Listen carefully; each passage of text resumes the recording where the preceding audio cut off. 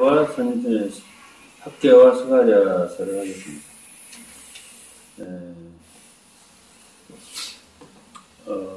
학계 선지자, 스가랴 선지자는 포로 귀환 후에 활약한 선지자들. 그러니까 이스라엘이 멸망할 때 사용하신 선지자들은 에스라, 아니, 예레미야, 요나는 죄송.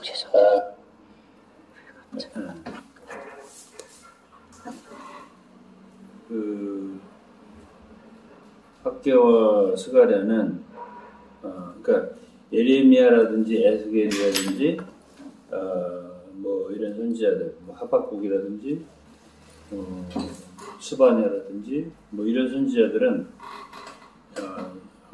멸망하기 전이죠. 이스라엘이 멸망하기 전.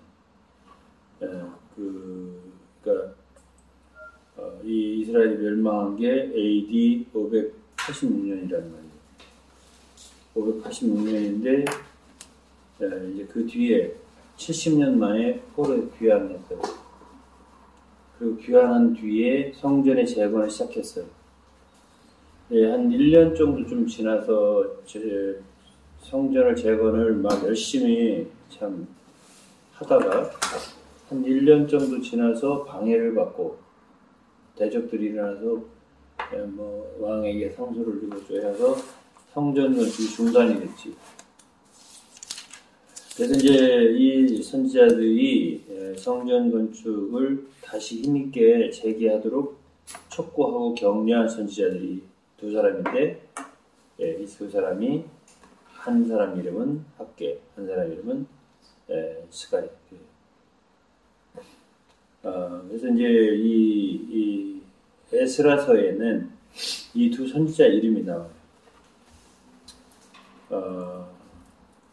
그 에스라 5장 1절에 선지자들고 선지자 학계와 이도의 손자 스가랴가 이스라엘 하나님의 이름을 받들어 유다와 예루살렘에 거하는 유다 사람들에게 예언하였더니 이 말씀이 말하자면 역사서에 있는 거죠. 에스라서에 있는 거예요. 이제 먼저는 그럼 이제 학계 선지자. 성전 건축이 중단된 주된 원인은 유다와 베냐민의 대적이 있었기 때문이다. 라는 말씀이 있죠. 그 대적자들은 아닥사스다 왕에게 조서를 올려서 건축을 중단시키도록 했죠. 그래서 이제 중단이 됐습니다. 그게 이제 이 학계가 예언한 시점은 이스라엘 백성들이 이스라엘 귀환한 데 한 18년 됐을 때. 그래서 이제 처음에 와가지고는 재건하는 일을 열심히 하고 처음에 이제 그 기초 지대를 넣고 그러다가 이제 한 14, 15년 동안 그 방해를 받아가지고 건축 역사를 중단하고 있었는데 그때 이제 선지자 학계에게 하나님의 말씀이 임해서 주로 그 유다 총독이 당시에 스룹바벨이에요. 그리고 대제사장 이름은 여호수아예요. 이 두 사람에게 주로 예언을 했습니다. 누가? 학계 선지자가. 그래서 이제 이런 그 성전 건축의 역사를 위해서는 그런 인도자들이 굉장히 중요하다는 걸 알 수 있어요. 왜냐하면 인도자들에게 주로 예언을 했어요. 이 학계 선지자는. 그때 당시에 그 이스라엘 백성들의 그 상태는 뭐냐면 지금은 때가 아니다. 이제 핑계를 그렇게 했죠. 지연이 돼서 할 수가 없는 상태니까 아직은 때가 아니다. 그렇게 말했습니다. 그때 이제 학계 선지자는 4절에 보면 학계 1장 4절에 보면 이 전이 황무하였거든 너희가 이때 완벽한 집에 거하는 거 아니야. 이거는 뭐냐면 이제 전이 건축에 지연이 되니까 백성들의 마음이 성전 건축에 있지 않고 어디에 있다고? 집에. 완벽한 집이라고 하는 건 판자로 잘 벽을 만들어서 오늘날로 말하면 참 좋은 단독주택을 짓고 그 집에 사는 걸 말이에요. 근데 이게 하나님의 성전을 황폐하고 있는데 이스라엘 백성들은 그런 좋은 집에 살면서 뭐라고요? 성전 건축 때가 아니다 지금 이렇게 하고 있었어요. 그때 이제 하나님은 학계를 시켜서 훈제를 시켜서 너희의 소위를 살펴보라. 이 소위라고 하는 것은 그들의 상태, 태도 그걸 말하는 거예요. 여러분들이 그렇게 잘 먹고 잘 쓰려고 하는데 내가 다 그 소득을 여러분들 이렇게 누리지 못하게 돌아버렸다. 없어지겠다. 이렇게 말씀하셨어요. 10절 말씀. 그럼 너희로 인하여 하늘은 이슬을 그쳤고 땅은 흙으로 그쳤다. 그랬습니다. 이제 학교가 이렇게 예언을 하니까 그러면 당시 대제사장이나 총독, 세룹바벨 총독이라겠죠. 대제사장 여호수아가 있습니다. 그 말을 듣고 반항한 게 아니라 굴복했습니다. 학계라고 하는 선지자는 그렇게 유명한 사람은 아닌데 그래도 학계 선지자의 말을 하나님의 음성으로 듣고 청종하고 그러니까 하나님이 그들과 함께 하겠다라고 한 게 13절의 말씀입니다. 13절 때 여호와의 사자 학계가 여호와의 명을 의지하여 백성이 구하여 가로되 나 여호와가 말하니 내가 너희와 함께 하노라 이렇게 함께 하겠다고 주님 말씀하셨죠. 그래서 이제 그 말씀을 듣고 14절에 보면 모든 백성들의 마음을 흥분시키시는 영을 감동시켰다는 뜻이에요. 그래서 만군의 여호와의 전 역사를 다시 재개했다. 그것이 이제 1장 말씀입니다. 그다음에 이제 2장인데요. 학교는 2장밖에 없어요. 2장이에요. 근데 이제 2장 말씀은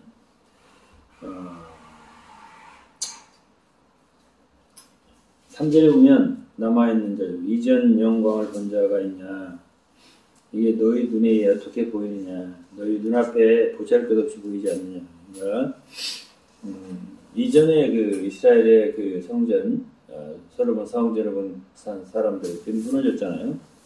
지금 다시 재건하는 성전은 굉장히 보잘것이 없었습니다.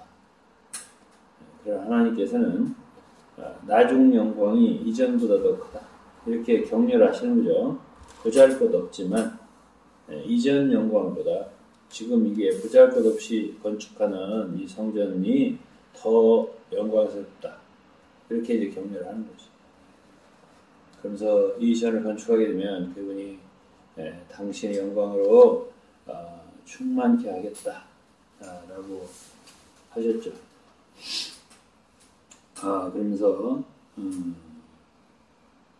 6절에 보면 나 여호와 만군의 여호와 바라노라 조금 있으면 내가 하늘과 땅과 바다와 육지를 진동시킬 것이요 또 만국을 진동시킬 것입니다.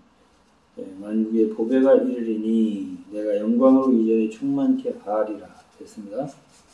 자, 우리가 이제 알게 되는 건 뭐냐면 이제 사실 성전은 우리가 한 다윗표니까 오늘날 교회잖아요. 교회가 진실로 참으로 그 말씀에 입각해서 이렇게 건축이 되고 이렇게 세워진다면 이제 그렇게 될 때가 언제냐? 그렇게 되면 어떻게 되느냐? 이 학계 선지자의 예언은 굉장히 참 큰 의미를 담고 있어요. 어떤 의미냐면은 그렇게 하나님이 원하시는 대로 우리 초대교회가 무너졌어요. 초대교회 상태가 좋았잖아요. 우리 성경에 신약에. 그것이 전부 다 지금 뭐 가톨릭으로 해서 이렇게 교회 정규개혁 했지만 부패하고 막 나눠지고 이렇게 형편없이 됐는데요. 그것이 제대로 정말 새롭게 초기에 그런 성전보다 초대교회 어떤 부흥보다 오순절의 부흥보다 못할지라도 그렇게 비록 숫자가 적고 그렇더라도 정결하고 깨끗하고 정말 주님의 그 순수한 주님의 그 역사가 이렇게 일어나서 교회가 세워지고 그렇게 되면 어떤 상황이 벌어진다고 하는 거냐면 주님이 재림한다는 거예요. 주님이 재림한다는 거예요. 그 얘기를 하는 거예요. 그러니까 이 얘기가 보통 얘기가 아닌 거지. 그러면 6절이고요. 조금 있으면 내가 하늘과 땅과 바다 육지를 진동시킨다. 만국을 진동시킨다. 7절이잖아요.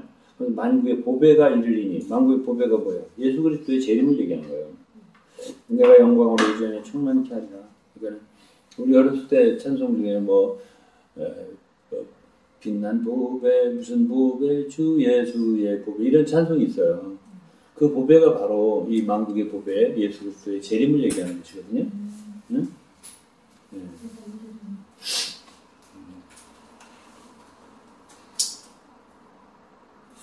그러면서 이제 2장 21절 보면 너는 유다 총독 스룹바벨에게 구하이르라. 내가 하늘과 땅을 진동시킬 것이요 열국의 보좌를 엎을 것이요 열방의 세력을 멸할 것이요 그 병거들과 그 탄자를 엎드러뜨리니 말과 그 탄자가 각각 그 동무의 칼에 엎드러지리라. 이게 무슨 말인데요? 이거는 전부 다 무슨 말이냐면 마지막 그 세대 계시록 끝에 보면 아마겟돈 전쟁이 나와요. 그러니까 주님이 열국의 보좌를 엎고 열방의 세력을 멸하고, 그건 이제 마지막 인류의 마지막 전쟁이에요. 아마겟돈 전쟁이에요. 근데 이것과 관계가 있다는 건 뭐죠? 성전의 재건인 거예요. 그러니까 학계 선지자의 이 예언이 작은 예언이 아니지 사실은. 규모는 보잘것없지만은 하나님 그러한 순전한 그 전이 다시 건축된다면 내가 이걸 기점으로 이러한 일을 기점으로 해서 반드시 열국의 보좌를 얻고 열방의 세력을 물리치고 그리고 이 땅에 다시 왕국을 세우고 이렇게 하겠다. 그래서 23절에는 나 만군의 여호와가 말하노라. 스알드의 아들 내 종 스룹바벨아. 이 스룹바벨이 당시 총독이었단 말이에요. 나 여호와가 말하노라. 그날에 내가 너를 취하고 너로 인을 삼으리니 이는 내가 너를 택하였습니다. 이거는 그 스룹바벨이 그러니까 당시의 총독인데 여기서 무슨 말을 썼어요? 내 종이라 했잖아요. 내 종 스룹바벨아. 근데 내 종이라고 하는 단어는 메시아에게 붙이는 칭호예요. 그래서 사실 여기서 스룹바벨은 메시아를 뜻하는 거예요. 하늘과 땅을 진동시키고 열국의 보좌를 엎을 때는 그리스도의 재림시키고, 그래서 결국 마지막 교회의 건축의 재건의 역사는 그리스도께서 친히 주도하신다, 그런 뜻이에요. 그리고 그때 열국의 권세는 다 퍼지고 그리스도의 권세가 세워지고 이 세상이 끝이 온다 라고 말하는 거예요. 그러니까 이 학계는 2장밖에 안 되는데 이제 뭘 가르쳐주냐면 1장에서는 뭐 간단해요. 1장에서는 너네 뭐 이렇게 지금 성전 하나님의 집의 건축이나 그런 것에 대해서는 하나님의 집은 돌보지 아니하고 자기의 집이라든가 자기의 생활이라든가 이런 것들을 한번 그런 걸 주의하고 잘 먹고 잘 살고 그리고 자기 집이나 잘 고치고 그래서 잘 살아보자고 그렇게 할 때 하나님이 학교에서 1장에 보면은 9절에 뭐라 했어요? 너희가 많은 1장에 너 많은 것을 받았거나 도리에 줬고 너희가 그 집으로 가져갔거나 내가 불어버렸느냐 나 만군의 여호와가 말하는 이것이 무슨 일이냐? 내 집은 황무하였을 때 너희는 각각 자기 집에 빠졌다. 그러므로 너희로 인하여 하늘은 이슬을 그치고 땅은 산물을 그쳤다. 다 그런 얘기예요. 그래서 이제 8절은 뭐라 했어요? 1장 8절. 너희는 산을 가서 나무를 가져다가 전을 건축하고 그 다음에 내가 그로 인하여 기뻐하고 영광을 얻으리라. 그러니까 하나님의 집을 재건하지 않고 지금은 때가 아니다 어쩌고저쩌고 하면서 핑계를 대고 하고 있는 사람들에게 학계 선지자가 전을 건축해야 지금 일어나는데 그래서 어쨌든 당시에 순종을 했어요.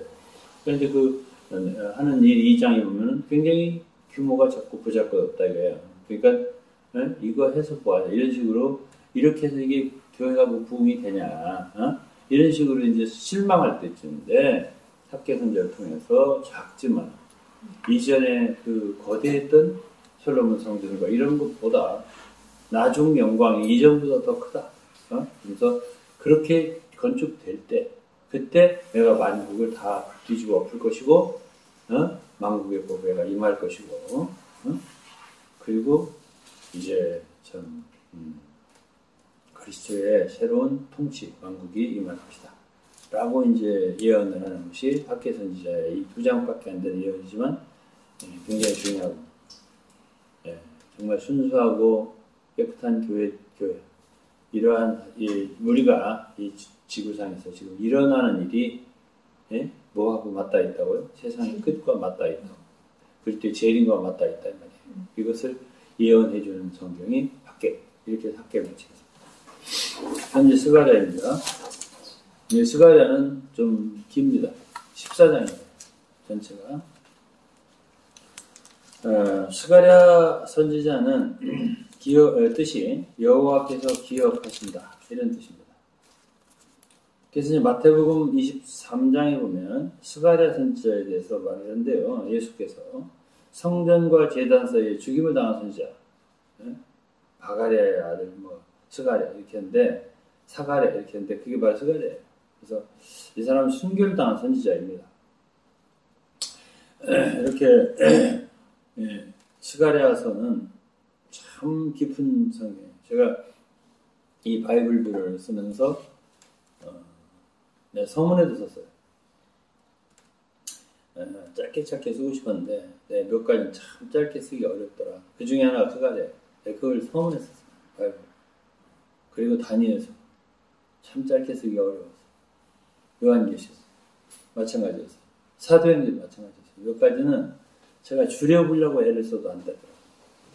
그래서 그 중에 하나가 스가랴입니다. 스가랴 선지자는 학교보다 한 2개월 정도 늦게 예언을 했는데요. 거의 비슷한 시기죠. 거의 비슷한 시기 했습니다.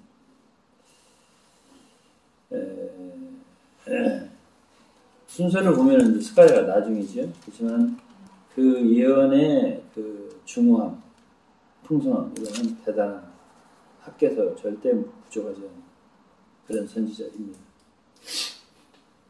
그래서 이 14장 내용이 두 부분으로 나눈다면 구조를 1장부터 8장, 이거는 성전 완공 이전이고요, 성전 재건 이전이고요, 그 다음에 성전 재건 이후 9장부터 14장, 이렇게 둘로 구분할 수가 있습니다. 그래서 스가랴 선지자는 오랫동안 예언을 한 사람이에요. 40-50년 했습니다. 그래서 이제 1장부터 8장까지는 어떤 게 나오냐면 성전 재건을 격려하는 이상, 비전이 8가지가 나와요. 8가지를 간략하게 보겠습니다. 그래서 어쨌든 배경은 학개 선지자 때와 같아요. 이스라엘 백성들이 포로에서 귀환의 성전 재건을 하다가 중단됐는데 그들은 무사한 일주의에 떨어졌어요.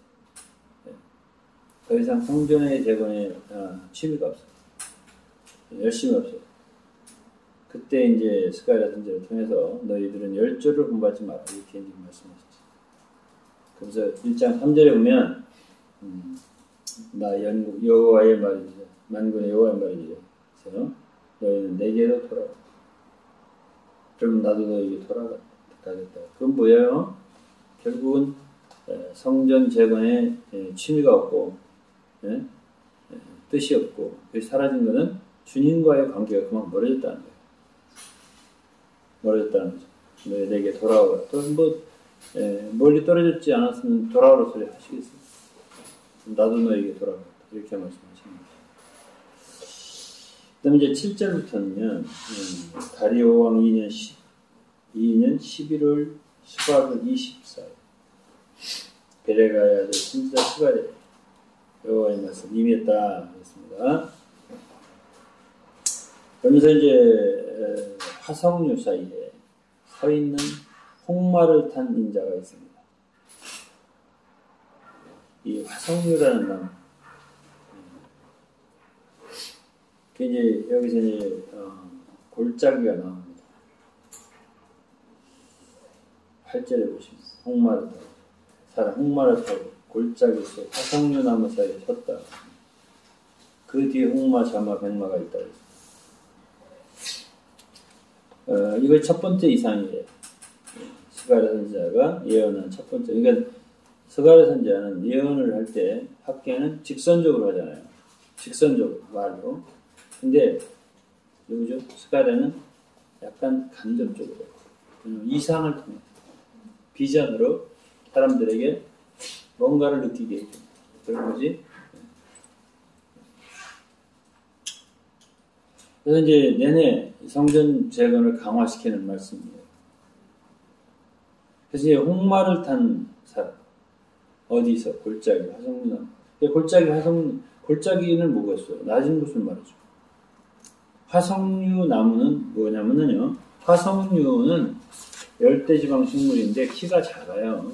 그러니까 1.5cm 정도, 한 6, 다 자라도 6, 7cm 정도가 아주 낮은 그런 건데 이스라엘 백성들의 어떤 상태를 가리킨 거예요. 당시에 보잘것없는 모습이죠. 자디잔 식물들 그런 상태인데요. 그런 상태에 있는 그런 골짜기에 그런 상태에 있는 이스라엘 백성들의 낮은 상태를 의미하는데 거기에 한 사람 홍마를 타고 있다. 물론 이분은 그리스도를 밝힌 거예요. 이제 그들을 격려하는 거죠. 이스라엘 백성 격려하는 거예요. 이제 그 홍마를 탄 그런 인자이신 주님이 계신 가운데 또 따르는 말도 있어요. 그 이제 천사들이죠. 홍마, 백마, 참. 그렇죠? 홍마, 백마, 참. 여기는 타는 사람은 없고요. 말만 있는 거예요. 그러니까 이건 천사들이라고 여기가 보는 거죠. 그러니까 홍마를 탄 사람은 인자고 그리스도고. 그러면서 이제 8절부터 보면 그죠? 이들이 무엇이냐 이렇게 물어보죠. 그 10절에 화석류 나무의 선자가 이는 여호와께서 땅에 두루 다니라고 보내신 자들이다 그랬습니다. 그래서 11절에 보니까 다녀보니까 여호와의 사자이 뭐라고 보여요? 이 세 천사가 우리가 땅에 두루 다니보니 온 땅이 평안하여 정원하더이다. 그러니까 12절에는 유다 성읍을 긍휼히 여기지 않겠습니까? 그러니까 하면서 노하신 지가 70년이 되었다. 70년이 다 된 거죠. 그래도 이제 70년 만에 해방을 하시겠다는 예언 예레미야 선지자가 했지만은 그래도 이제 또 기도를 하는 거예요.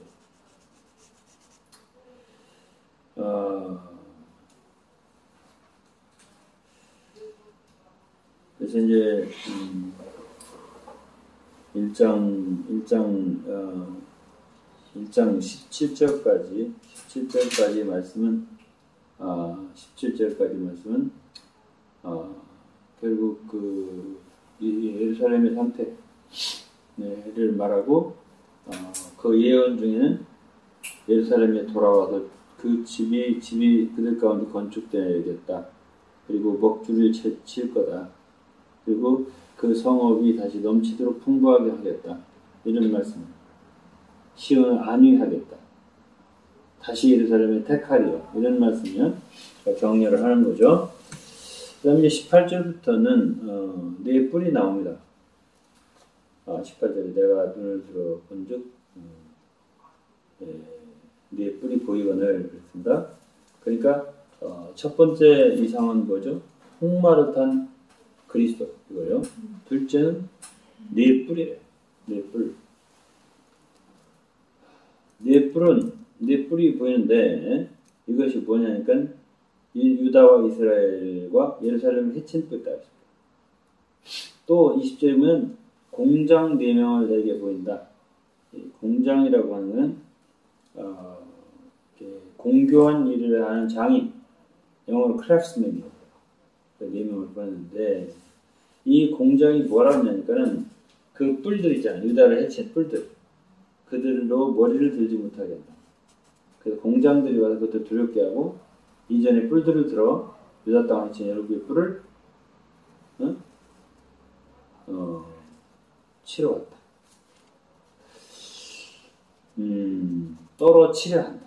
그러니까 이 네 뿌리는 결국은 유다 제국, 유다 나라와 이스라엘을 해친, 흩어버리고 멸망시킨 바벨론, 메디바사, 헬라, 로마 등 열국을 가리킨다고 생각을 해요. 학자들이 다. 근데 그들을 갖다가 떨어버리는, 떨쳐버리는 그런 역할을 하는 사람들은 군인이나 용사가 아니고요. 검이나 도끼나 뭐 뿔로 하는 게 아니고요. 여기서 이 뿔을 떨쳐버리는 존재는 공장이라는 거예요. 기술자, 건축자 이런 사람들이에요. 그 기술자, 건축자가 뭐 하는 사람들이죠? 하나님 전을 건축하는 사람들이에요. 오늘 말하면 말씀을 잘 가르치는 은사가 있는 사람들. 그런 사람들이죠. 이게 바울사도는 자기가 지혜로운 건축자라고 했잖아요. 그러니까 주의 전이 건축될 때 그때 하나님은 어떻게 대적을 쳐부술 길이 생기는 거예요. 네? 그냥 군대로 하는 게 아니에요. 싸움. 이 성경을 보면 그래요. 네?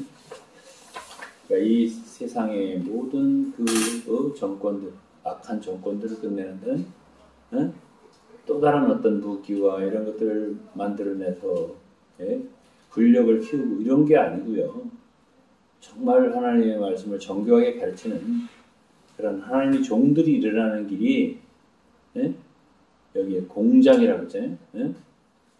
네 공장들, 이 공장은 어떤 사람들, 에스라, 느헤미야, 학개스가 이런 사람들을 봐요.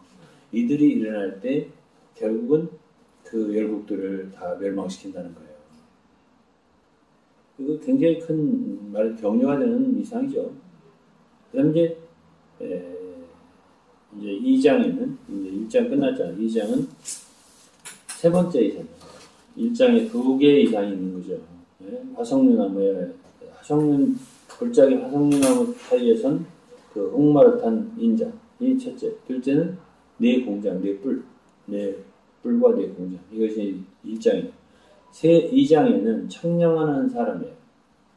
그래서 2장은 예루살렘을 청량하기 위해 주의 청량을 잡은 한 사람이 나타나요. 2장 1절부터 또 눈을 들어본 한 사람이 청량돌을 손에 잡았기로. 그렇죠? 그 예루살렘을 청량하기 위한 분이죠. 그 청량이라고 한다는 건 왜 청량하죠? 그건 건축하기 위한 거예요. 다시 말하면 오늘날로 말하면 성전을 이제 교회를 다시 새롭게 해서 무너진 성전을 건축하는 것처럼 그렇게 다시 세우기 위해서 이제 청량을 하는 그런 모습. 그래서 이스라엘 백성들이 흩어졌는데 다시 모으고 또 성읍들이 아주 넘치고 풍성하겠다고 했잖아요. 그러려면 성의 장광을 청량해야죠. 그래서 이게 누구냐? 이게 이렇게 청량줄을 잡고 예루살렘의 장광을 청량하신 분은 그리스도라 이 말이죠. 그래서 2장 10절로 12절에 보면 노래하고 기뻐하라. 시온에 따라 노래하고 기뻐하라. 내가 너에게 임해서 너희 가운데 임할 거라고. 그리고 많은 나라가 여호와께 속하고 내 백성이 될 것이다. 나는 네 가운데 거할 것이다. 내가 만군의 여호와께서 나를 네게 보내신 줄 알지어다. 그래서 여호와께서 유다를 취해서 장래 거룩한 땅에 자기 소유를 삼으시고 다시 예루살렘을 택할 것이다. 같은 얘기죠. 일자이거든요. 이렇게 해서 말하자면 세 번째 이상이 끝난 거죠. 청량하는 이상. 청량하는 이상. 그다음 이제 3장에는 스가랴가 본 네 번째 이상인데 3장은 보면은 1절에 보면 대제사장 여호와께서 여호수아가 여호와의 사자 앞에 섰는데 사단은 그 우편에서 그를 대적하는 것을 여호와께서 보셨다. 이제 간단하게 말하면 여호수아 대제사장이 더러운 옷을 입고 여호와의 사자 앞에 섰는 거예요. 그래서 여호수아는 당시에 대제사장이 했잖아요. 여호와의 사자는 메시아죠. 예수 그리스도입니다. 그리고 사단은 그 우편에서 그 더러운 옷을 입고 있는 여호수아를 대적하고 있는 장면입니다. 그게 이제 당시에 이상 가운데서 본 대제사장 여호수아의 모습, 불에서 꺼낸 그슬린 나무 같았다고 했습니다. 이거는 이스라엘 백성들을 대표로 상징하는 거예요. 70년 동안 바벨론에서 불 속에서 있기 때문에 마치 불 속에서 그슬린 나무, 불 속에서 꺼낸 그슬린 나무 같았다. 그런데 이제 여기 쭉 읽어보면 3장을 읽으면 여호와께서 그에게 아름다운 옷을 입히고 정한 관을 씌울 거다. 그래서 이제 3장 4절 9절을 읽어보면 제사장 나라가 될 것이다. 그들은 열국 중에서 회복한다는 얘기죠. 그래서 그러려면 이제 9절에 보면 한 돌에 7눈인데 내가 새길 걸 새기고 이 땅의 죄악을 하루에 제하리. 이건 그냥 예수 그리스도의 속죄의 사역이에요. 구속의 사역. 그 어린 양의 피로 그들이 죄사함을 받고, 그러고서 이제 10절에 보면 그날에 너희가 각각 포도나무와 무화과나무 아래를 서로 초대하자. 이거는 항상 그 무화과나무 포도나무 아래를 초대한다. 이거는 여기만 나오는 게 아니에요. 여러 곳에서 장래 그리스도의 재림과 왕국 시대에 일어날 그런 아름다운 광경, 그걸 얘기할 때마다 그 부요함을 묘사할 때 쓰는 말이 그런 말이에요. 그러니까 어쨌든 하나님께서 당신의 백성들을 다시 회복하신다. 그런 얘기는 뭐와 관련된다고요? 그리스도의 교회, 성전을 재건하는 일과 관계된다. 이런 얘기를 알 수가 있어요. 그 다음 이제 4장을 보겠습니다. 4장이 다시 이제 계속 말하는 천사가 선지자를 깨우면서 이제 뭔가를 보여주는 거예요. 얘가 뭘 보느냐. 금등대, 순금등대. 순금등대 2절에 보면 나와요. 이제 주발이 있고요. 또 두 감람나무가 있고요. 이런 그 기묘한 그 이상을 보죠. 근데 이제 순금등대도 역시 3장에서 이스라엘이 제사장이 되어 있는 것처럼 3장에서는 순금등대가 바로 이스라엘을 얘기하는 거죠. 장래 그 왕국 시대가 되면 이스라엘 열국 중에서 바라는 빛을 발하는 등대가 된다. 등대라고 하는 것은 스스로 빛을 발할 수 있는 게 아니라 감람나무, 금 기름을 흘러내는 감람나무가 있어야 된다. 그런 뜻이에요. 당시에는 여호수아와 스룹바벨을 가리키겠지만 장래 주님이 재림 전에는 대화란이었는데 그때는 계시록 11장에 나오는 두 증인을 대표하고 그들을 감람나무라고 했어요. 계시록에. 그런데 오늘날 교회 시대에도 말하는 계시록의 2, 3장을 보면 교회가 금등대들이고 그리고 금등대 일곱 교회도 많이 타락을 했어요. 그때 말하자면 주님은 그분의 오른손에 7별을 붙들고 있다고 했어요. 빛을 발하는 기름을 흘러내보내는 존재들을 갖고 계시다. 그래서 4장 6절은 유명한 말씀이에요. 스가랴 4장 6절. 스룹바벨에게 이런 말씀. 만군의 여호와께서 말씀하시니 힘으로 되지 않고 눈으로 되지 않고 나의 신으로 된 나의 영으로 되는 그러한 그리스도의 하나님의 성전의 제거 그리고 참 이 시대가 참 마무리되고 또 새로운 왕국 시대가 임하고 이런 모든 역사가 일어나는 것은 그게 사람이 할 수 있는 게 아니라는 거예요. 사람이 힘으로 되지 않는다. 능으로 되지 않는다. 그러나 하나님의 영으로 된다. 그렇게 말씀을 하고 있는 거죠. 그걸 믿어야죠. 성령께서 능히 하실 수 있다는 역사를 믿어야죠. 우리의 생각으로는 안 된다. 이게 될성 쉽지 않잖아. 오늘 교회 상태를 보세요. 이게 될 것 같은데.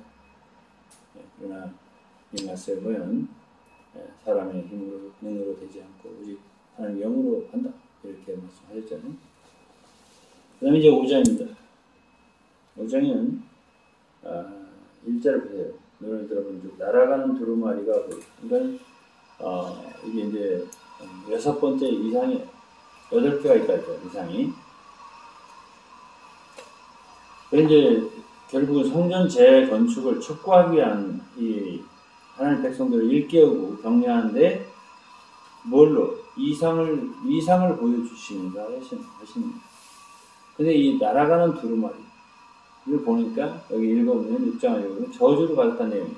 그 안팎에 저주로 가득한 내용이 있는 거예요. 왜 이런 말씀을 주시는가 하면 하나님 백성들이 왜 저주를 받고 심판을 받는 이유를 말해주는 거예요. 하나님. 여기에 읽어보면 하나님 백성들 성전의 도둑질하고 강도질하고 사람들을 탈취하고 그러면 저주와 심판을 자초하게 된다 하는 걸 알려줍니다. 왜 성전 재건에서 우리가 오늘날 교회 건축이죠. 오늘날 교회를 정말 하는 데서 아름답게 참 세워지기 순수하게 깨끗하게 세워지는데 가장 저해야 되는 요소가 뭐냐? 도둑질, 싹군 사역자, 거짓 맹세하는 것. 거짓 맹세라는 오늘날 말하면 바른 가르침이 아닌 말하는 다른 복음, 헛된 속임수 그런 걸 가르치는 교사들. 또 성전에서 장사하는 사람, 양이나 비둘기 파는 사람, 강도들이라고 주님이 자신의 이익을 위해서 주님을 위해서 한다고 숨긴다 하지만 실제로는 이익을 위해서 자기 이득을 위해서 하는 그런 사람들이 교회 건축의 가장 큰 문제다. 5장은 주로 왜 지금 이렇게 이루어지지 않고 있냐 그 원인을 가지고 얘기를 하는 거예요. 네? 왜 건축 역사가 성전 재건 역사가 일어나지 않느냐 왜 이렇게 심판과 저주가 임하냐 그럼 이제 학교는 직선적으로 말했잖아요. 너네들 말하자면 너네들 집으로 가는 빠르고 성전에 대해서는 관심이 없고 이런 거 있잖아요. 그런데 여기에 그 스가랴 선지자는 그런 걸 좀 더 자세하게 비전으로 보여주면서 날아가는 두루마리를 보여주면서 저주가 가득한 그런 걸 얘기해주고 있어요. 5절로 11절도 이제 에바의 이상인데 5절로 5장 5절로 11절 보면 이건 에바의 이상이에요. 6절에 오면 이것이 무엇입니까? 그러니까 이것은 에반이라 했습니다. 에바라고 하는 것은 우리나라 말로 말하면 그 말 같은 거예요. 곡식들을 대는 돼, 말 이런 거거든요. 그래서 우리나라 말 같은 건데 그 부피가 36리터 정도 그런데 그런 에바 가운데 한 여자가 앉았더라 여인이. 근데 거기에 둥근 납이 한 조각이 있더라 그랬습니다. 여인이 앉았고 동시에 둥근 납 한 조각이 들리더라. 그러면서 8절에 보면 이는 악이라 여인을 에바 속으로 던져놓고 납 조각을 에바 아구리에 덮더라 그랬어요.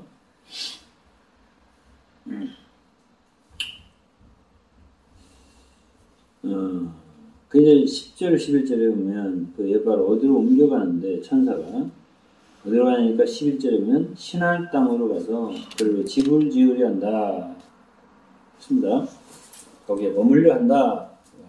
신할이라고 하는 것은 아간이 그 자기 외토 이런 거 욕심으로 감췄다가 이렇게 참 여리고 전투에서 패배를 했잖아요. 그러니까 그때의 그 감추었던 외투가 신할 외투예요. 신할산. 신할은 바벨론이에요. 여기는. 이제 오늘날 교회라고 하는데 실제로 하나님 섬기는 것처럼 하지만은 거기에 그 에바 안에 주저앉아 있는 한 여인인데요. 하나의 그 우상이라는 거예요. 우상. 쉽게 말해서 그 도량형 그 도구 기구 말하자면 말하자면 사람들이 어디에 빠지냐면 겉으로는 하나님 섬기는 것이라지만 생계를 위해서 장사를 합니다. 생계를 위해서. 그러니까 생계형 사역자들이 많아요. 예? 경건을 이익의 재료로 삼는 그거. 그게 악이라는 것이고요. 예? 에바 속에 감추어 있어서 사람들은 잘 모르는 거예요. 누가 나는 말이야 돈 생계 때문에 예? 사역자가 된다. 이런 겉으로 하는 사람이 어디 있어요? 감추어져 있지. 납으로 눌러가지고 있는데 어떻게 알겠어요? 그래서 결국 그러한 사역자들 때문에 그런 사람들 때문에 하나님의 교회의 좀 영광스러운 그런 모습은 나타나지 않는 거고 결국 그러한 순수한 그 교회는 사라지고 결국 바벨론의 이 사람들이 유대인들이 포로되어 간 것은 다른 게 아니라 바로 이렇게 하나님을 섬기는 사람들의 그 부정직한 불순한 장사 속으로 하는 뭐 말이나 이런 건 배나 이런 건 곡식을 이렇게 파는 거잖아요. 그런 짓을 하는 것이니까 이 교회가 세속화됐다는 뜻이에요. 쉽게 말하면 말하면 상업화됐다 이렇게 말할 수가 있는 기업화됐다 이렇게 말할 수도 있겠죠.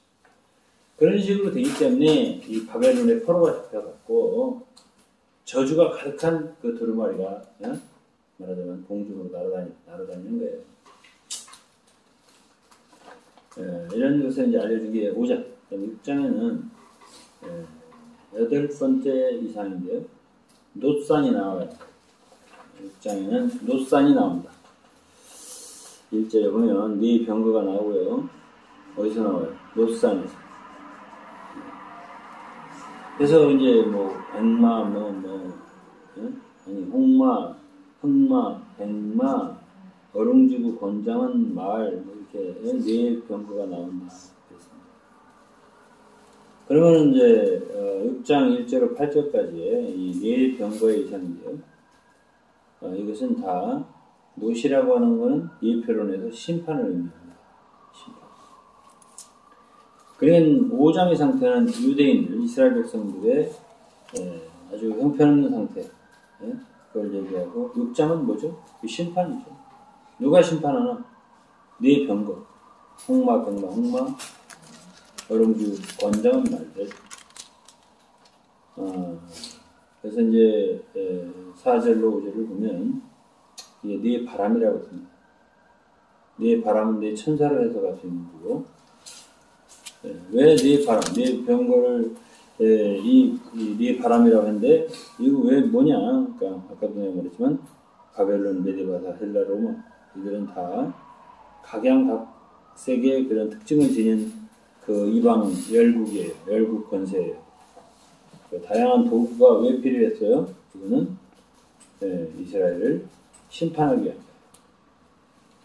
그런 심판에 대해 나온 거예요. 그러면 5장은 저주에 대해 나온 거예요. 6장은 그 이스라엘 백성들이 죄악된 상태를 심판하는 게 나온 거예요. 이것이 되고. 그러나 6장 8절에 보면 북방으로 나간 자들이 북방에 내 마음을 시원케 했다 하는데요. 이 북방으로 나간 자들은 흑마예요. 흑마. 메데바사. 메데바사가 왜 하나님의 마음을 시원케 했어요? 바벨을 멸망시키기 때문이죠. 이제 그다음 6장 9절부터 15절은 8가지 지금 이상은 다 끝났어요. 8가지의 이상은 다 끝났어요, 지금. 다. 8가지 이상이거든, 스가랴 이상이. 근데 이제 그 후에, 8개 이상 후에, 여호수아의 대관식 장면이 나옵니다. 바벨론에서부터 돌아온 도비야와 여디야, 스파냐, 요시야, 헬데, 이런 사람들인데요. 은과 금을 취해서 면류관을 만들어서 대제사장 여호수아의 머리에 씌웠다. 그런 말씀이 나와요. 6장 9절부터의 말씀입니다. 11절에 눈과 검을 취하여 멸류관을 만들어 여호사닥에 알려 대제사장 여호수아의 머리에 씌우고 이랬습니다. 그리고 12절에는 순이라고 이름하는 사람이 자기 곳에 돋아나서 여호와의 전 건축하였다. 이렇게 이제 저주와 심판과 이런 말씀도 있지만은 이제 결국 그런 모든 이상 끝에는 6장 하반부의 말씀이 하나님께서 결국 어떻게 했다는 얘기예요. 바벨론을 하나님 백성들을 압제했던 70년 동안 압제했던 바벨론을 메디에 바세의 흑마에 의해서 심판하시고요. 백성들 해방시켜 주신다.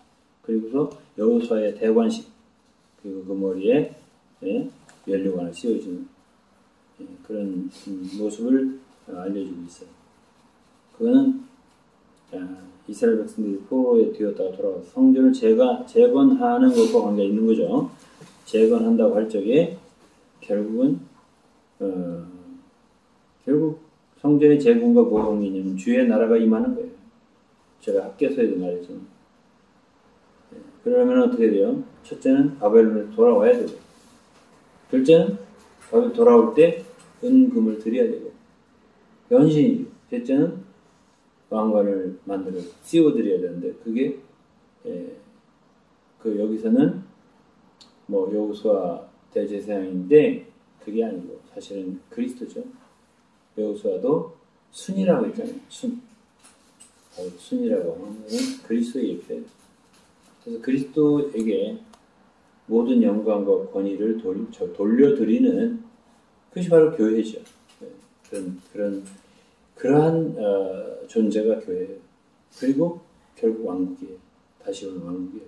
그래서 12절에 보면 순이라 이름하는 자가 여호와의 전을 건축하였잖아요. 결국 여호와의 전을 건축할 자는 여호수아도 아니고 스룹바벨도 아니에요. 사실은 그리스도죠. 예수 그리스도께서 모든 성전을 재건하는 일을 하신다. 그리고 13절에 보면 그가 전을 건축하고 영광도 얻고 그 위에 앉아 다스린다. 그래서 제사장이 자기 위에 앉으니 그 위에 있으니 그 두 사이에 평화의 의논이 있으리라. 13절 말씀. 이거는 그냥 그 당시에 여호수아에게 임한 것 같지만은 실제로는 내용을 읽어보면 그 이 예언은 여호수아가 아니라 그리스도를 얘기하는 거죠. 그래서 이제 이 성전을 건축할 때 그 두 사이에 저는 이제 그 이방인과 유대인이라고 생각해요. 그러니까 평화의 의논이 있다. 평화의 의논이 있다. 그리스도가 성전을 건축하고 백성을 다스리는데 불일치가 없다. 이거는 에베소 2장 보면 바로 그리스도예요. 그리스도께서 두 사이에 유대인과 이방인 사이에 막힌 것을 헐고 그리고 참 화목해 하고 그래서 그리스도 안에 한 세 사람을 만들고 이런 모든 것은 다 뭘 얘기하냐면 그리스도께서 다시 건축하시는 그분의 교회를 예표하는 거죠. 그때에 이제 사람들은 주님이 오셨을 때 이 땅에 2000년 전에 오셨을 때 굉장히 작게 느끼시고 또 오늘날도 이제 교회가 진정한 교회가 세워진다 할 때 다 작은 날의 일이라고 멸시를 하는 거예요. 4장 10절에 보면 그렇게 했어요. 작은 날의 일이라고 멸시한 자가 누구냐. 그리고 15절에 보면 6장 15절에 보면 먼데 사람이 와서 여호와의 전을 건축하는 이거인데 이 먼데라고 하는 것은 결국은 이방인을 얘기하는 거예요. 그러니까 유대인과 이방인이 함께 주의 전을 건축하는 것이 신약의 교회예요, 사실. 다음에 이제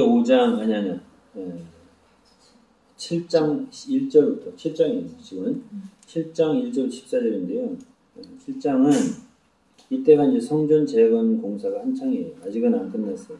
그런 뒤에 이제 2년 후에 지금 7장 이때 2년 후에 완공이 돼요. 성전 재건이.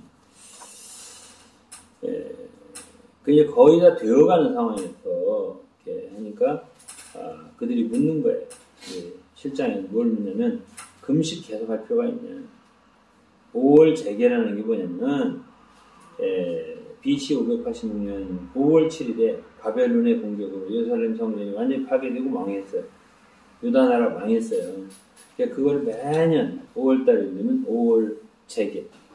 다시 말하면 성전이 5월달에 회파된 걸 기억하며 통곡하고 금식하고 이것이 됐는데 이제 70년이 지나고 예루살렘이 돌아왔고 부족한 성전이 거의 다 재건되고 있는데 옛날에 성전 없을 때는 울고 통곡했지만 계속 이렇게 5월절기 할 필요가 있냐 이렇게 이제 유대인이 묻는 거예요.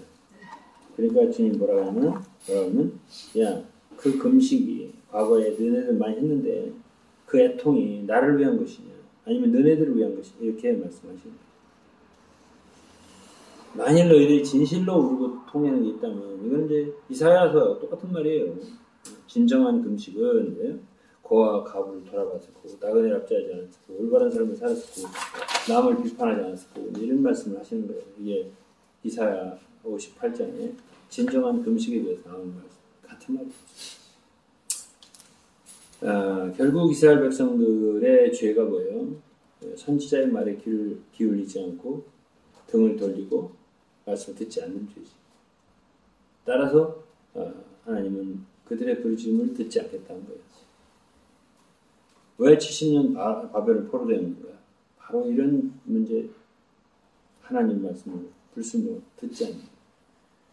그러니까 하나님도 그들의 기도를 안 들은 거죠. 이것이 이제 7장의 내용이고요. 이제 결국 바로 바벨론에 사로잡혀 가게 된 그 원인, 그거는 우상숭배, 탐욕, 아까도 말한 것처럼 탐장사하고 외식으로 금식하고 예배하고 5월 재개가 아주 대표적인 거예요. 자신들을 위해서 울고자고 했다는 거예요. 하나님을 위해서 아니다. 그 다음에 이제 8장이에요. 이제 7장에서는 하나님이 엄중하게 말씀하셨죠. 5월 재개에 대한 말씀, 답변. 그러나 이제 8장에 올 때 하나님은 돌아온 이스라엘에게 의와 축복의 말씀을 주십니다. 하나님은 은혜의 하나님이잖아요. 그러면서도 그분의 마음 여전히 시온에 대해서 사랑하는 마음을 갖고 계시고 그들을 사랑으로 관심하시고 대적에 대해서는 분노하시고 이스라엘은 보호하시고 그들의 마음이 뜨거우시다 이런 말씀을 하시는 게 8장이에요. 그래서 그분은 시온에 거하시고 시온에 돌아오시고 예루살렘에 들어오신다. 이게 8장의 말씀이에요. 8장 2절에 보면 만군의 여호와가 말합니다. 내가 시온을 위하여 크게 질투하며 그를 위하여 크게 분노함으로 질투하며 사랑하신다 그 말이에요. 3절 나 여호와가 말하는 내가 시온에 돌아왔은즉 예루살렘 가운데 거하리니 했습니다. 시온과 예루살렘은 교차해가 있어요. 회복하신다는 얘기예요. 결국은 4절에 만군의 여호와가 말한다. 예루살렘 길거리에 늙은 지아비와 늙은 지엄이가 다시 앉을 것이다. 다 나이 많아서 자기 손에 지팡이를 잡을 것이다. 동남동녀가 가득하여 거기서 장명하리라. 그죠? 다시 회복한다는 말씀. 7절에 보면 내가 내 백성을 동방에서 서방에서 구원해야겠다. 인도하여다가 예루살렘 가운데 거하게 하겠다. 이 다 좋은 말씀입니다. 그렇죠? 그래서 이제 9절에 보면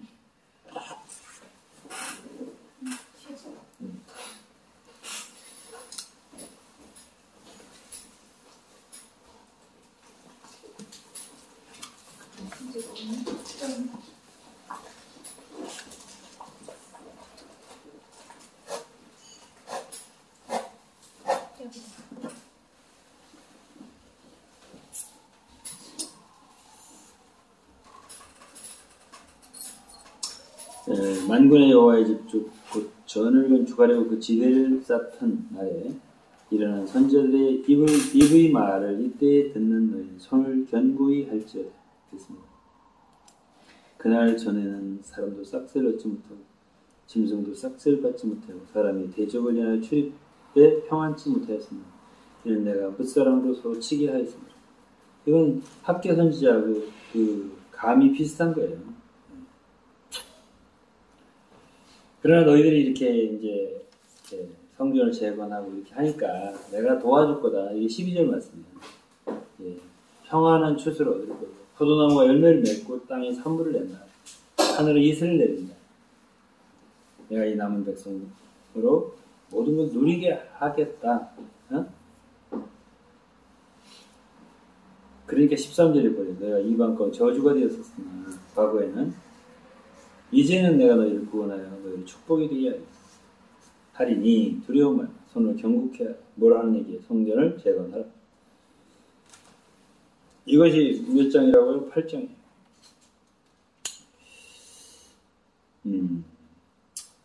즉 다시 말하면은 5장부터 8장까지 해서 보면은 하나님께서 성전 재건을 매우 중요하게 생각한다는 것이죠.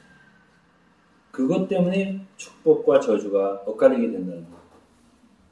그게 성전 재건이 이게 외면적인 게 아니에요. 벽돌을 쌓고 막 이렇게 하는 게 아니고 8장 16절부터 보면은 너희는 각기 이웃으로 더불어 진실을 말하고 너희 성문에도 진실하고 화평한 재판을 베풀고 심중에 서로 이야기를 도모하지 말고 거짓 맹세를 어떻게 좋아하지. 이게 난 미워하는 것이다. 즉 다시 말하면 성전이 파괴된 상황이 어떤 거냐 하면은 거짓말하는 거예요. 서로 외식하고 진실하지 않은 거예요. 정직하지 않은 거지. 그래서 서로 심중으로 서로 저놈 죽었으면 좋겠다. 저놈 잘못했으면 좋겠다. 이렇게 하는 그 상태가 있잖아요. 그게 바로 교회가 하나님의 성전이 파괴된 거예요. 거짓 맹세 좋아하고 이런 거. 여기까지 이제 8장까지 끝났어요. 9장.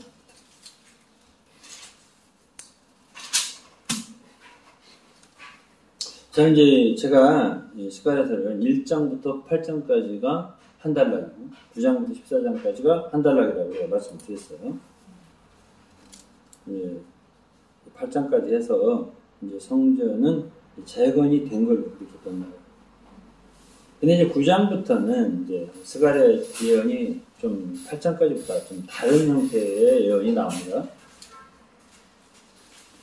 9장부터 11장까지는 이제 또 다른 어떤 거고 12장부터 14장까지 또 다른 어떤 거예요. 9장부터 14장도 두 파트로 나눌 수가 있는 거예요.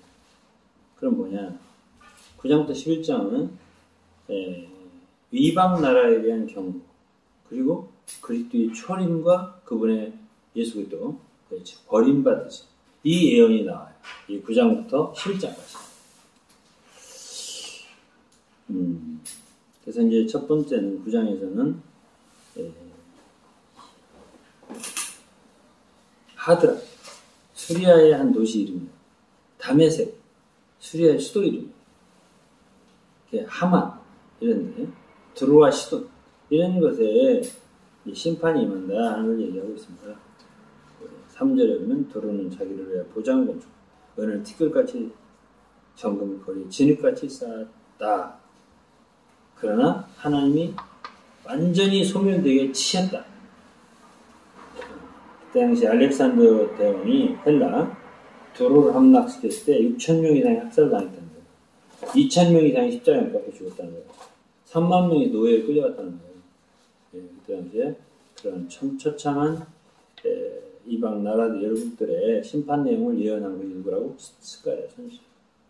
그리고 주위 블레셋 도시 아스글론, 가사, 에글 이런 걸 보고 굉장히 두려워할 거다라고 하는 게 5절이에요.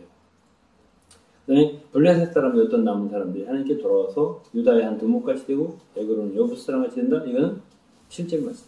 이거는 이제 하나님 이방을 심판하잖아요.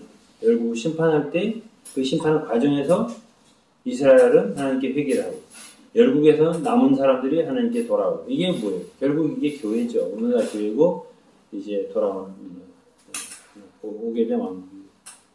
그래서 9장 8절에 보면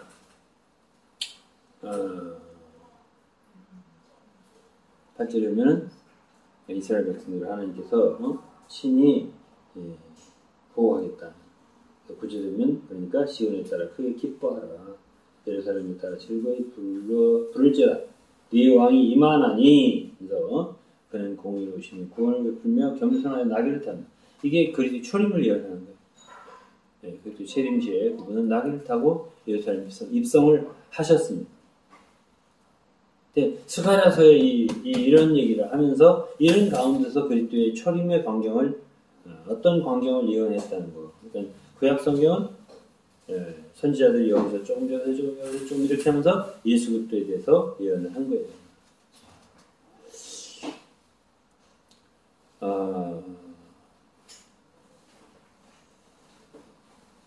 그 다음에 16절을 보겠습니다. 16절에 그날에 하나님 그들의 하나님 여호와께서 그들을 자기 백성의 양떼같이 구원하시니 그들의 면류관의 보석같이 여호와의 땅에 빛나리로다. 땅이 축복하는 거예요. 하나님이 축복하시는 모습입니다. 면류관도 귀한 건데 면류관에 박힌 보석은 더 귀한 거겠죠. 그래서 쉽게 말해서 교회, 참된 교회. 오늘 교회는 양떼고 그분이 쓰신 면류관의 보석 같은 귀한 존재입니다. 그것이 바로 9장의 말씀이고요. 그렇게 그리스도의 초림을 이 가운데서 예언한 거고 그리스도의 초림과 재림은 구분하기 어려워요. 구약성경은. 초림 같기도 하고 재림 같기도 하고 그래요. 구절에 보면 네 왕이 그렇게 임하는데 공의를 베풀고 나귀를 탄다. 이렇게 했습니다. 그리고 10절에 보면 내가 에브라임 병과 예루살렘의 말을 끊고 전쟁은 활도 끊으리니 그가 이방사람 화평을 전할 것이요 그의 정권은 바다까지 이를 것이요. 이건 왕국 같잖아요. 근데 예수 그리스도의 초림과 재림의 상황을 구분해서 말하는 게 별로 없어요. 그 다음에 10장입니다. 10장에 보면 1절에 봄빛 때에 여호와 곧 번개에 여호와께 비를 구하라. 우리에게 소낙비를 내려서 밭에 채소를 각성하게 주리라.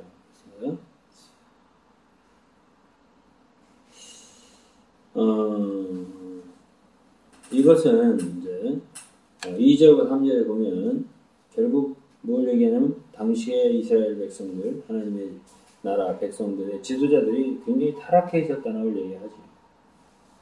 그렇지만은 선지자가 말하는 것은 하나님께 진실로 비를 구해라. 그러면 하나님께서 다시 권고할 거예요. 그래가지고 3절, 5절을 보면은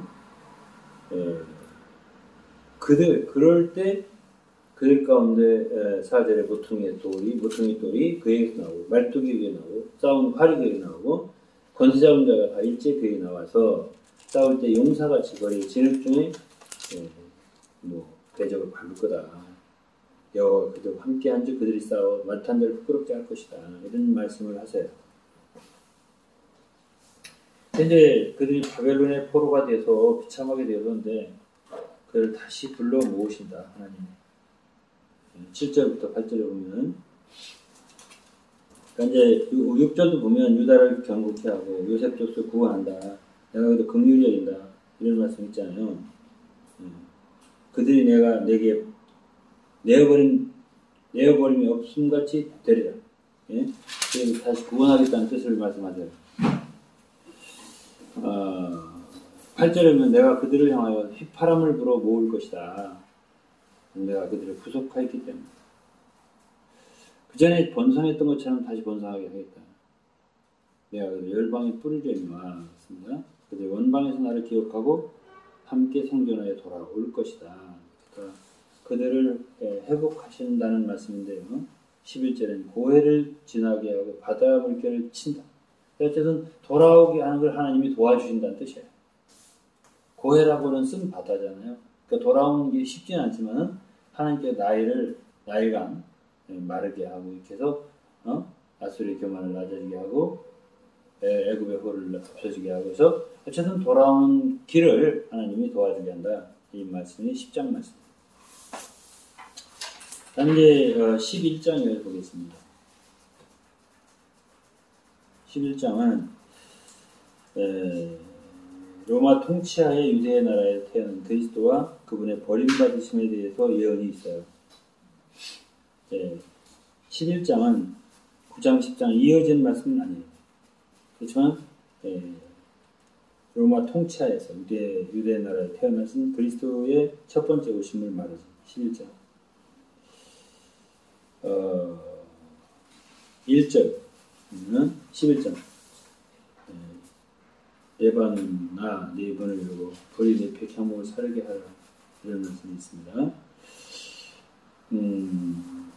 4절에 보면 여호와 나의 하나님이 가라사대 너는 잡힐 양떼를 먹이라 산자들은 그들을 잡아도 죄가 없다고 등등 이런 말이 있습니다.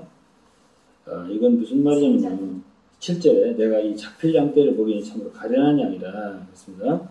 이건 첫째는 스가랴의 사역이에요. 그러니까 이렇게 예언을 하지만 결국 이들은 다 잡혀먹힐 양떼들이다. 그런 뜻입니다. 근데 이제 이것이 사실은 진짜로 응하는 건 예수 그리스도예요.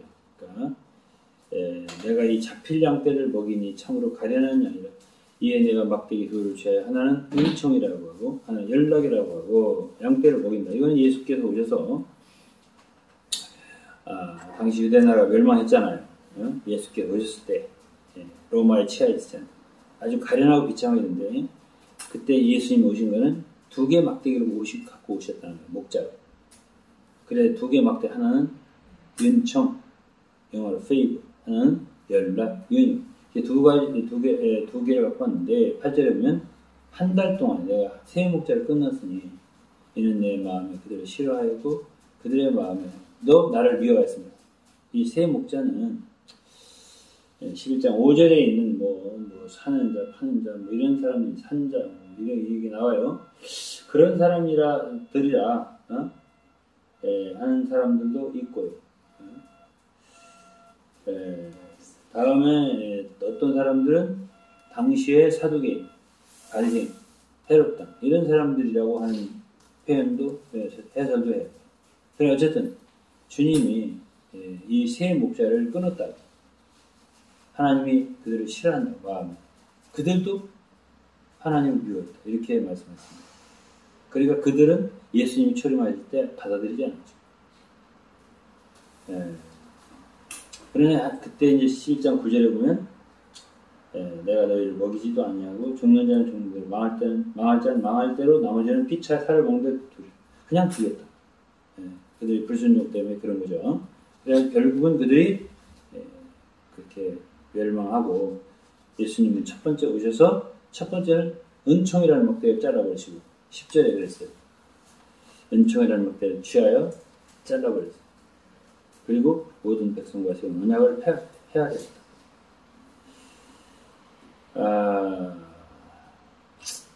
그러면서도 가련하다 이런 말씀을 했습니다. 그러면서 이제 12절에 내가 그들에게 이르되 너희가 좋게 여기거든 내 고가를 내게 주고 그렇지 아니하거든 말라. 그들이 곧 은30을 날아서 내게 고가를 삼은 이거 뭐냐면 이제 결국 주님에 대한 예언이에요. 그게 뭐냐? 무슨 예언이에요? 예수님이 은30을 팔렸잖아요. 그러니까 결국은 스가랴 이 예언 속에는 뭐가 있냐면 예수님 초임하셨을 때에 이스라엘 백성이 얼마나 그분을 거절했는가. 그러니까 그분은 은총이라는 막대를 잘라버렸다. 이런 얘기를 하고. 그러면서 이제 주님이 너희가 좋게 여기는 고가를 내게 뭐냐면 주님이 은30에 팔렸다는 그 얘기는 사실은 스가랴 선지자의 뜻을 보면 그게 예수님 몸값만이 아니고 있잖아요. 그게 그들에게 와서 그들을 말하자면 섬겼잖아요. 그들을 섬긴 그 대가 얼마냐?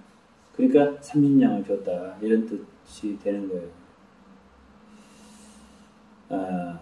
그러니까 즉 다시 말해 이스라엘 백성들을 목양하러 막대기를 두고 갖고 와서 했는데 그들이 거절하니까 은총이라는 유니언이라는 연락 이 두 막대기를 다 잘라버리셨어요. 두 번째 막대기까지. 그래서 유다와 이스라엘의 형제의 의를 끊게 하셨어요. 그러니까 그때 해결 안 하신 거죠.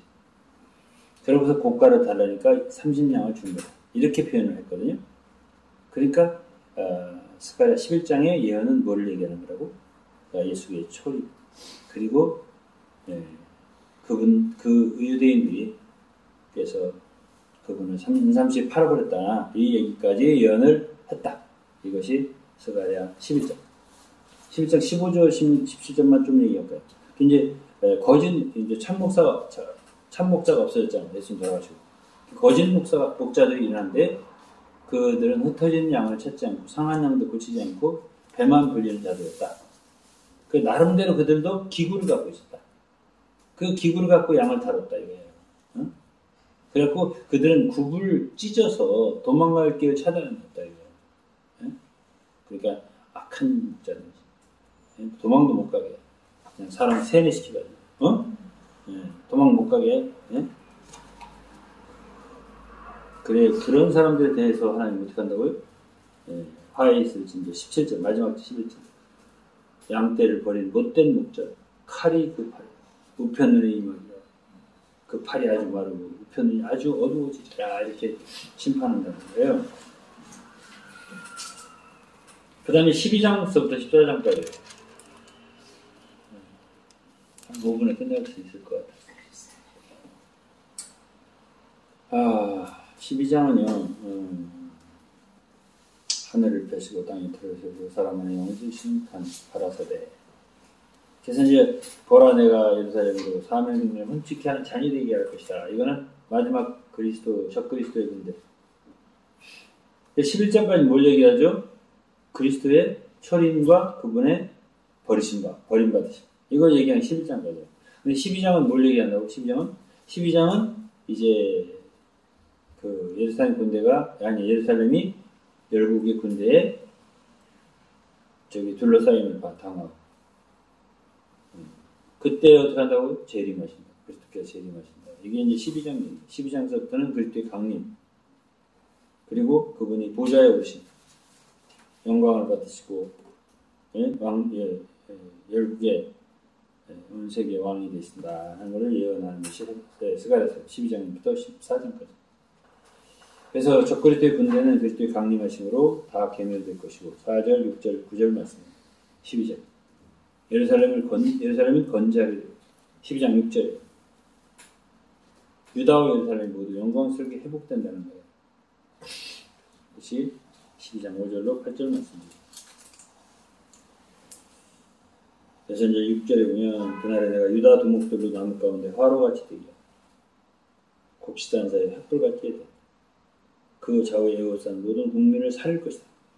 예루살렘 사람 다시 그 본곳 예루살렘에 거하게 된다. 이렇게 말씀했습니다.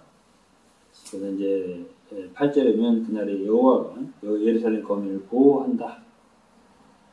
그 중에 약한 자가 다윗같이 된다. 다윗의 족속은 하나님 같게. 그러니까 완전히 회복한다는 뜻이에요. 왕국을 예루살렘을. 그리고 예루살렘 치러온 열국은 내가 다 멸해버리겠다. 이게 9절 말씀입니다. 그때 이제 10절부터 보면 그리스도께서 재림하는 거예요. 재림하기 전에 다윗 집과 예루살렘 거민에게 은혜와 강구의 영을 보여준다. 이게 10절 말씀. 그래가지고 그리스도가 재림하시는 거예요. 그때 그 찌른 바 그를 바라보고 누구지? 그리스도의 재림이죠. 그를 애통하기를 독자를 애통하자 한다. 이거는 계시록 1장에 나오잖아요. 네? 다 애국한다고 주님이 다시 오실 때.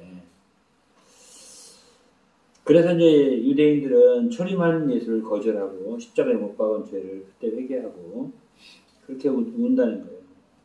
장자를 위하여 통자. 네? 잃어버린 독자를 위하여 애통하다. 그래서 그날의 사람이 큰 애통이 있다. 11절 말씀입니다. 따로따로 애통한다. 이렇게 말했습니다. 읽으시면 알고. 13장.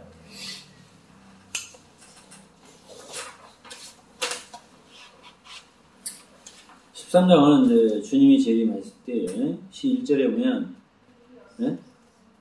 그거예요. 샘물과 같은 보혈은 마늘 피로. 이게 13장 1절이에요.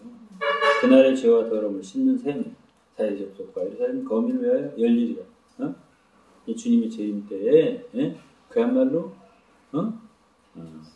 보혈의 샘이 흘러서 그야말로 유대인들, 거역했던 유대인들이 모든 죄를 씻어주시고 구원한다는 그런 예언입니다. 그때 이제 그리스도는 다시 오셔서 흰옷을 입고 백마를 탄 장군으로 오신다고 했습니다. 예루살렘을 둘러싼 대적들을 친히 물리치시고 왕이 된다 했습니다. 자, 그건 이제 계시록에도 자세하게 말씀이 되어 있어요.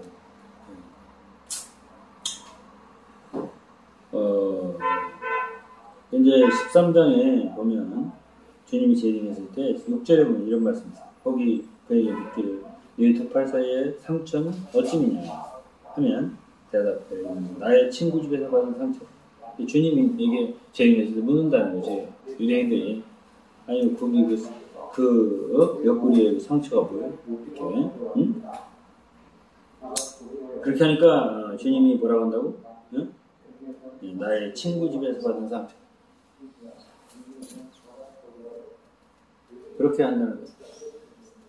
그래서 8절에 보면 여호와가 말하노라 이 땅에서 3분의 2는 멸절하고 3분의 1은 거기 남으시고 그러니까 주님이 다시 오셨을 때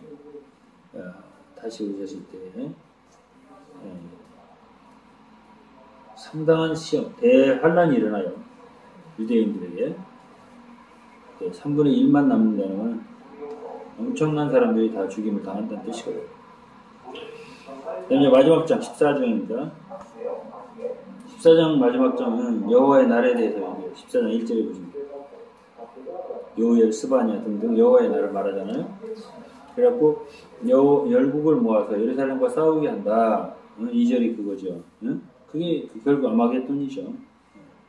그리고 그때 이제 그리스도께서 재림하시는 거고 3절에는 여호와께서 나가서 열국을 치실 때 이왕 전쟁날에 싸운 것처럼 그날에 그의 발이 예루살렘 동편 감람산에 서질 것이다.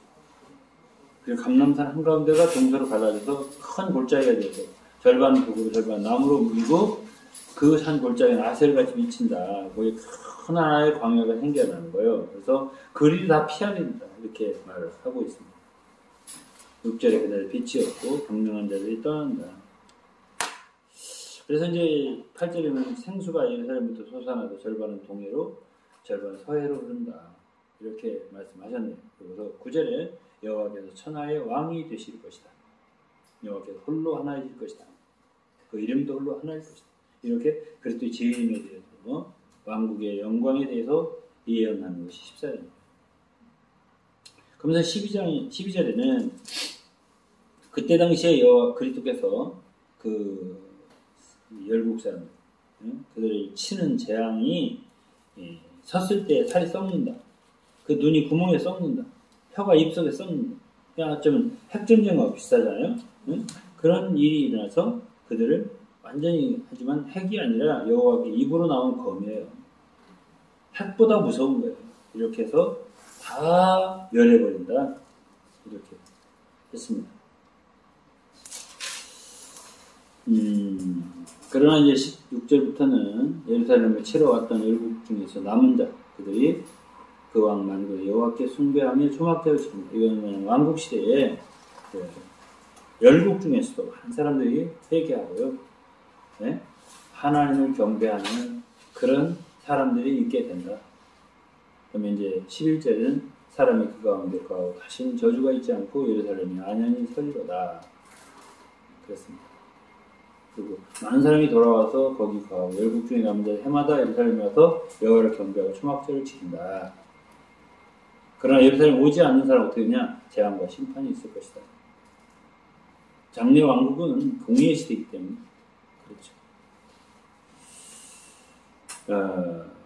그래서 회복된 그 우리들은 특징이 특정한 몇몇 행위에서만 거룩한 게 아니라 그때는 말방울까지 모든 게 다 거룩하다. 이 10장 20절은 그날엔 말방울까지 여호와께 성결이라 기록될 것이다.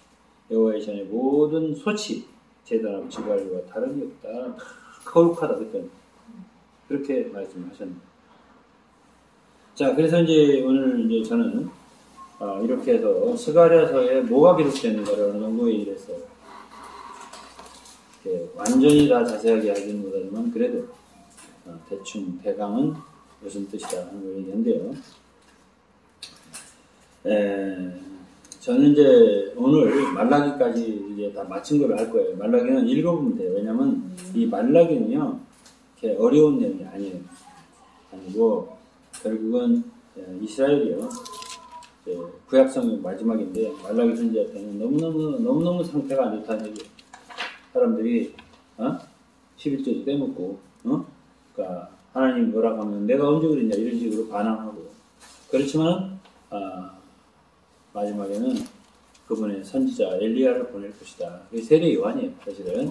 그래서 말라기 선지자는 신약과 구약을 이어주는 마지막 이렇게 하면서 끝을 내는데요.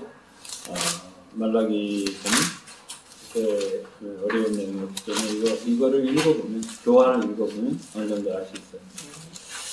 그래서 저는 이제 소선지서 12권을 이렇게 마치겠습니다. 감사합니다. 감사합니다.